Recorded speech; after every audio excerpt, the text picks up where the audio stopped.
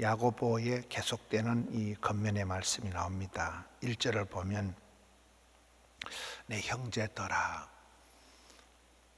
야고보가 흩어져 있는 성도들에게 편지할 때 굉장히 다정다감하게 같은 동병상련하는 마음으로 너희는 내 형제들이다 가깝게 부르면서 너희들이 믿음이 있으니까 사람을 차별하지 마라. 참된 믿음이 있는 사람은 사람을 차별하지 않는다.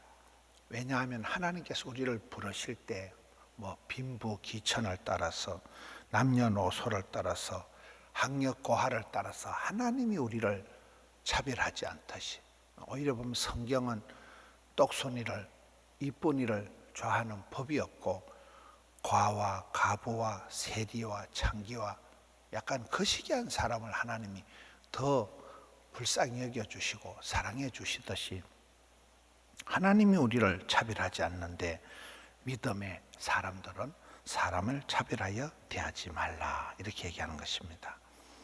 4절에 너희끼리 서로 차별하며, 우리 교회 쌍둥이 아기 이름이 우리 서로라는 아이가 있어요. 하나는 우리고 하나는 서로예요. 우리 서로 사랑하라고 그렇게 지어놓은 거예요. 우리 서로 사랑하는 사이가 되어야 되는데 이게 너희끼리 서로 차별하고 판단하고 이게 악하다는 거예요. 사람이 우아래가 없고 사람이 잘나고 못나고가 없는데 사람이 이렇게 사람을 이렇게 판단한다는 것은 나는 너보다 낫다는 생각이 깔려 있대요. 사람을 이렇게 판단할 때는 상대방을 멸시하는 마음이 들어간다는 거예요. 무시하고 깔보고. 그러니까 그게 교만한 거고 그게 이제 악한 거거든요. 하나님은 안 그렇게 하시는데 너희끼리 왜 서로 차별하고 판단하고, 그게 바로 악한 거다. 그렇게 하지 마라. 5절에 내 사랑하는 형제들아 들을지어다. 하나님께서 세상에서 가난한 자를 택하사 믿음에 부유하게 하시고 또 자기를 사랑하는 자들에게 약속하신 나라를 상속으로 받게 하지 아니하셨느냐. 심령이 가난한 자는 복이 있나니 천국이 저희 것입니다. 하나님 나라를 상속한다는 거예요. 천국이 저희 것입니다. 하나님은 오히려 그렇게 약속을 하시는데 6절에 너희는 도리어 가난한 자를 업신여겼도다. 부자는 너희를 억압하며 법정으로 끌고 가지 아니하느냐. 원래 있는 것들이 더하다 이러거든요. 있는 사람이 더하다. 배운 것들이 더 교만하다 이러거든요. 7절에 그들은 너희에게 대하여 일컫는 바 그 아름다운 이름을 비방하지 아니하느냐. 8절에 이 8절 말씀이 요절입니다. 너희가 만일 성경에 기록된 대로, 보통 빌리 그레함 목사님이나 유명한 목사님들이 설교할 때 보면 바이블 says, 성경이 말하기를, 성경에 기록하기를, 성경이 가라사대, 성경에 기록된 대로 내 이웃 사랑하기를 내 몸과 같이 하라 하신 최고의 법을 지키면 잘하는 것이다. 여러분, 가장 우리가 잘 살아가는 것은 법대로 살아가는 거래요. 법대로 살아가는 게 뭘까요? 가장 법대로 살아가는 게 그게 사랑하는 거예요. 여기 보면 최고의 성경의 법이 내 이웃 사랑하기를 네 몸과 같이 하라. 경천애인, 하나님을 경외하고 이웃을 사랑하는 이 경천애인 하듯이 하나님을 사랑하라, 이웃을 사랑하라, 네 몸과 같이 이웃을 사랑하라. 이게 이제 마태복음에도 나오는 22장의 최고의 법이라는 거예요.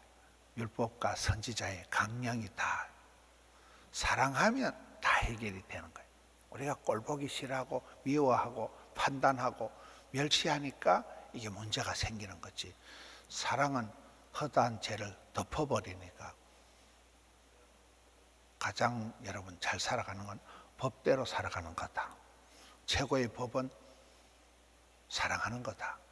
내 이웃 사랑하기를 네 몸과 같이 하라. 9절에 만일 너희가 사람을 차별하여 대하면 죄를 짓는 것이니 율법이 너희를 범법자로 정죄하리라. 10절에 누구든지 온 율법을 지키다가 한 개만 범하면 결국은 모든 죄를 범한 자가 된다. 한 사람을 죽여도 살인죄고 10,000명을 죽여도 살인죄라는 거예요. 그래서 우리가 율법을 가지고는 온전하게 될 수가 없다는 거예요. 사람이 이렇게 나는 죄가 없다는 말은 새빨간 거짓말이라는 거예요. 11절 간음하지 말라 하시니가 또한 살인하지 말라 하셨은즉 네가 비록 간음하지 아니하여도 살인하면 율법을 범한 자가 되느니라. 사람을 미워했다. 미워하는 것은 살인하는 것과 같다. 탐심, 욕심을 가졌다. 그건 도둑놈과 같다. 음심을 품었다. 그거는 간음한 죄와 같다고 성경은 가르칠 때 마음의 동기를 얘기하는데, 사람이 나는 도둑질을 안 했다, 나는 사람을 미워하지 않았다, 이게 말이 안 된다는 거예요. 그래서 이게 율법을 지켜가지고는 어렵게 되는 게 불가능한데, 12절 너희는 자유의 율법대로 심판받을 자처럼 말도 하고 행하기도 하라. 하나님의 율법, 계명, 말씀을 지키면 진정한 자유가 온다는 거예요. 진리를 알지니 진리가 너희를 자유케 하리라. 하나님의 법은 우리를 이렇게 얽어매 가지고 괴롭히려고 하는 게 아니고, 하나님이 복 주시려고 우리에게 여러 가지 법을 주신다는 거예요. 구약에 613가지 율법 있을 때 하지 말라, 뭐 하지 말라, 해라, 거룩한 거, 더러운 거, 이렇게 까칠하게 우리에게 얘기하는 것은 그만큼 우리를 아주 하나님이 섬세하게 디테일하게 사랑해서 보호하시려고 그렇게 한다. 규정이 많다는 건 그만큼 여러분 이게 아주 고품격이다는 것. 우리가 심판받을 자처럼 말도 하고 행동도 하라는 이 12절 말씀이 중요합니다. 12절 말씀이 이게 심판받을 자처럼, 사람이 죽는 것은 정한 이치고 반드시 심판이 있기 때문에 심판받을 자처럼 말도 하고 행동도 하거라. 마지막 13절을 봅시다. 긍휼을 행하지 아니하는 자에게는 긍휼이 없는 심판이 있으리라. 심은 대로 거두는 거예요. 시편 18편에 보면 마음이 깨끗한 자는 하나님을 볼 것이고, 거룩한 자에겐 하나님이 거룩하심을 나타내 주시고, 착한 자에겐 하나님이 착하게 나타내 주시고, 사악한 자에겐 하나님이 심판하신 하나님이 나타난다. 네가 남들을 불쌍히 여기는 마음이 없으면 하나님도 너를 그렇게 대한다는 거예요. 그래서 긍휼은 심판을 이기고 자랑하느니라. 긍휼이 최고 중요해요. 긍휼이라는 게 이게 불쌍히 여기는 거거든요. 하나님 우리를 사랑하신다고 할 때 우리가 뭐 이뻐서 깨끗해서 훌륭해서 하나님이 나를 사랑할 리가 없어요. 뭐가 깨끗하겠어요? 뭐가 이쁘겠어요? 근데 하나님 우리를 보실 때 물가에 세워 놓은 것처럼 불쌍히 생각하는 거예요. 마음이 짠한 거예요. 여러분, 엄마가 딸내미를 볼 때 늘 마음이 아픈 거예요. 마음이 이렇게 저민다, 마음이 아린다, 불쌍히 여기는 거예요. 저거 어떡하냐는 거예요. 저거 저 밥이나 제대로 먹고 사냐? 저게 시집에 가서 저 애기나 놓겠나? 저게 앞으로 어떻게 살아가냐? 엄마가 볼 때는 무조건 애기는 불쌍한 거예요. 마음이 아픈 거예요. 물가에 세워놨다 하잖아요. 그게 이제 부모의 마음의 그 긍휼함, 쏟아지는 마음, 불쌍히 여기는 마음, 이게 최고라는 거예요.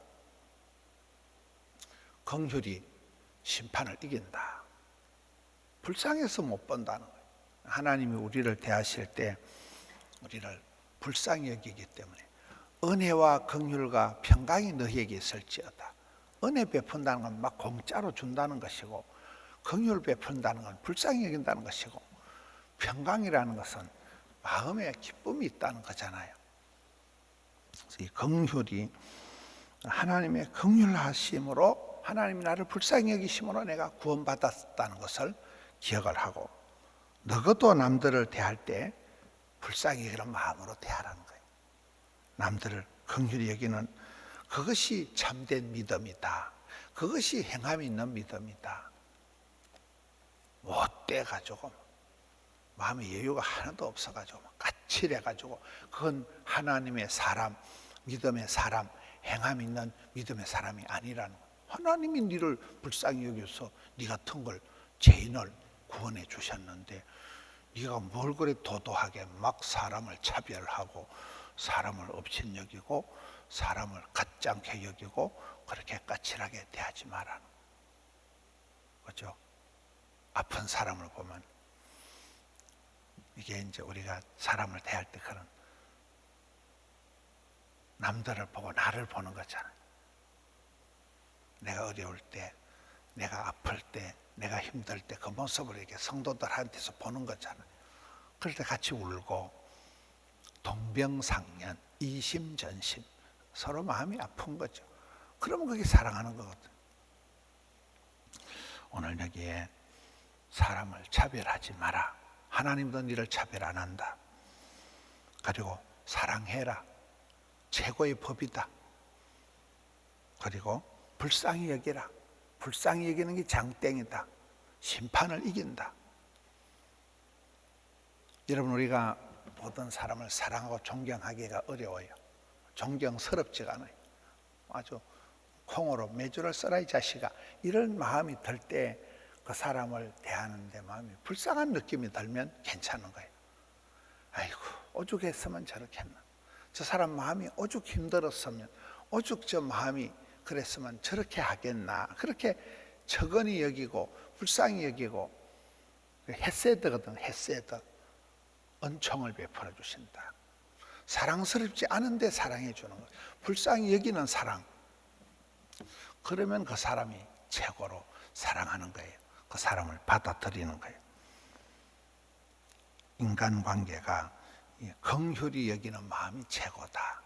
불쌍히 여기는 게 가장 이게 성숙된 사랑.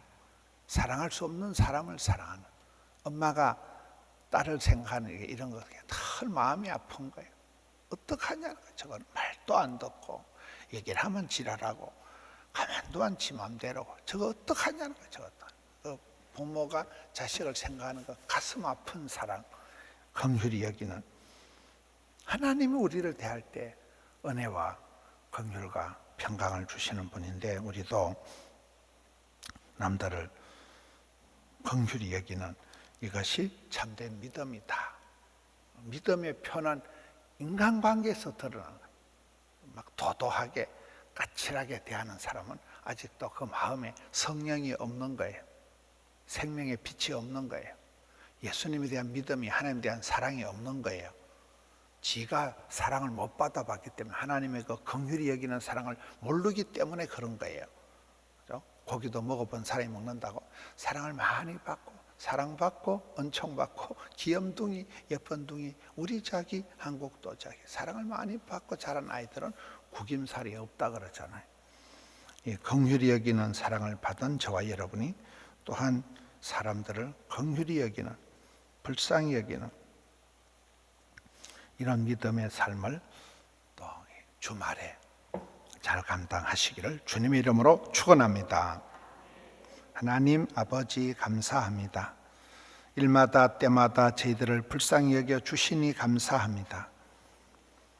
연약하고 병들고 어리석고 아둔하고 미련하기 짝이 없지만 주님 늘 긍휼히 여겨 주심으로 여기까지 왔습니다. 앞으로도 하나님 붙들어 주시옵소서. 불쌍히 여겨 주시옵소서. 저희들도 또 하나님 부탁하신 사람들을 섬기며 불쌍히 여기며 서로 사랑할 수 있는 은혜를 베풀어 주시옵소서. 마음의 대장부가 되게 해 주시옵소서. 섬길 수 있는 여유를 주시옵소서. 눈을 들어 하나님의 그 긍휼히 여기심을 보고 깨우쳐 주시고 저희들도 나가서 섬기며 받들며 사랑하며 존경하는 삶을 잘 감당케 하여 주시옵소서. 주말입니다. 주님 종일토록 붙들어 주시옵소서. 주의 날을 대비하고 주님 오신 성탄을 대비하는 하루가 되게 하여 주시옵소서. 오늘 또 주님 앞에 정성을 담아 올려드리는 예물들을 기억하시고 두 손 들어 은총을 베풀어 주시옵소서. 예수님 이름으로 기도하옵나이다. 아멘.